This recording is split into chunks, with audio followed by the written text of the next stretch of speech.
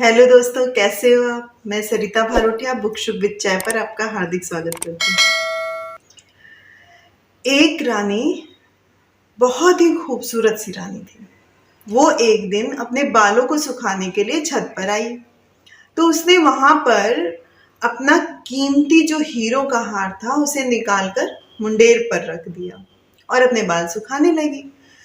इतने में एक कौवा उधर से आया। उसने चमकती हुई जब हीरो का हार देखा तो उसने उसे चोंच में भरा और लेके उड़ गया। रानी बहुत परेशान हो गई कि मेरा इतना कीमती हीरो का हार, जो कि मुझे बहुत प्रिय भी है, लेकर कौवा उड़ गया है। वो दौड़ी दौड़ी राजा के पास गई। उसने राजा को सारी बातें बताई कि मेरा हीरो का हार जो है वो एक कौवा ले गया, मुझे वो हीरो का हार वापस ला कर दीजिए। राजा ने कहा कि तुम इतना परेशान क्यों हो रही हो, ऐसे तो मैं 2-4 हार तुम्हें बनवा कर दे सकता हूँ, इसलिए तुम परेशान मत हो, मैं नया हार तुम्हें लाकर दे दूंगा। रानी जिद पर अड़ गई, नहीं, मुझे वही हार चाहिए, मुझे वही हार ला कर दो। उधर कौवा जो है वो उस हीरे के हार को ले जाकर एक पेड़ पर बैठ गया। जो उसके मोटे मोटे हीरे थे उस पे चोंच मार मार कर उन्हें तोड़ने की कोशिश करने लगा। उसे लग रहा था ये कोई फल है जिसे वो खा सकता है। लेकिन चोंच मारते मारते जब वो परेशान हो गया और उसकी चोंच भी घायल हो गई, तो वो वहीं पर पेड़ पर उसे छोड़कर उड़ गया।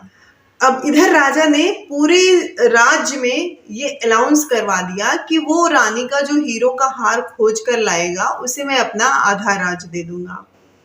जब ये अनाउंसमेंट पूरे राज्य ने सुनी तो वो बड़े खुश हो गए कि ये तो बहुत आसानी से हमें आधा राज मिल सकता है। तो वो खोज में लग गए। इधर कोतवाल, सिपाही और जितने भी कर्मचारी थे, राज्य के जितने भी राज्य में रहने वाले लोग थे, सब उस हीरो के हार को ढूंढ रहे थे। एक दिन इसी तरह परेशान होकर कोतवाल ढूंढते ढूंढते एक जगह पर पहुंचा। वहां बहुत गंदा सा बदबूदार नाला बह रहा था। वहीं पर उसे हीरे का हार दिखाई दिया उस नाले के अंदर। कोतवाल बड़ा खुश हो गया, हीरे का हार तो मुझे मिल गया, अब आधा राज भी मुझे मिल जाएगा। तो कोतवाल ने सोचा कि चलो इसके अंदर से हीरे का हार निकाल लेते हैं। हालांकि वो इतना बदबूदार कीचड़ वाला पानी काला काला सा था कि कोतवाल उसमें जाना नहीं चाह रहा था। लेकिन अब लालच तो बहुत बड़ा था, आधा राज मिल जाएगा अगर रानी को वो हार निकाल कर दे देगा तो उसने क्या किया, वो उसमें नाले में कूद गया और जैसे ही उसने हार को निकालने की कोशिश की, हार तो गायब हो गया। बड़ा परेशान वो उसी के अंदर लोथ पोत पड़ा हुआ था कीचड़ में। इतने में उधर से एक सिपाही गुजरा। उसने भी जब कोतवाल को इस हालत में देखा और पूछा तो उसने बताया कि ये हीरो का हार इसी नाले में है, लेकिन पता नहीं, मैं खोज रहा था, वो मुझे मिला नहीं। सिपाही ने सोचा इसे नहीं मिला, मुझे तो मिल जाएगा। उसने जब झांक कर देखा तो उसे भी हीरे का हार दिखाई दिया। वो भी उसमें कूदा और जब उसमें उस छानबीन करने लगा उस नाले में, हीरे का हार तो गायब हो गया, वो दिखाई नहीं दे रहा, उसके हाथ में ही नहीं आ रहा। इसी तरह से एक एक करके लोग वहां पर आते गए और उस नाले में कूदते गए। हीरे का हार उसे वहां पे दिखाई देता और जैसे कूदते पकड़ने की कोशिश करते वो हीरे का हार वहां गायब हो जाता। तभी उधर से राजा भी आए। राजा ने देखा कि हाँ, हीरे का हार तो इस नाले में है। तो उन्होंने सोचा मैं ही निकाल लेता हूँ, मुझे आधा राज देना नहीं पड़ेगा। तो बड़ी हिम्मत करके राजा भी उस नाले में कूद गए और जैसे उन्होंने अभी हार पकड़ने की कोशिश की, हार तो गायब हो गया। ये सब अभी वहां पर चल रहा था कि तभी उधर से एक संत गुजरे। उन्होंने जब उसे देखा कि ये सारा माजरा ये क्या है, सब लोग आ रहे हैं, नाले में कूद रहे हैं और गंदे गंदे काले काले से होते जा रहे हैं, बदबूदार, लेकिन कुछ उन्हें मिल नहीं रहा है। उन्होंने जब सारी बात समझी तो वो हंसने लगे। उन्होंने राजा से कहा, जरा राजा ऊपर देखो। सबने ऊपर नजर उठाई तो वहां एक पेड़ के ऊपर वो हार लटका हुआ था जिसकी परछाई नाले में पड़ रही थी।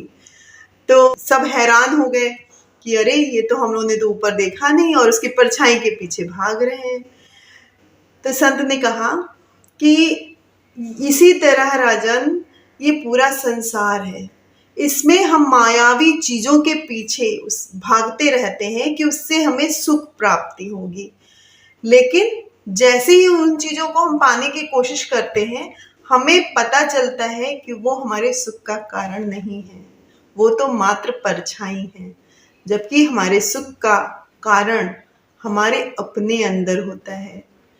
हमारा परम संतोष ही हमारे सुख का कारण है, और हम व्यर्थ की चीजों के पीछे भागते भागते भागते भागते पूरा जीवन बिता देते हैं। इसीलिए संत महात्मा सभी हमें यही उपदेश देते हैं कि सुख, शांति और संतोष ही हमारा परम हीरो का हार है।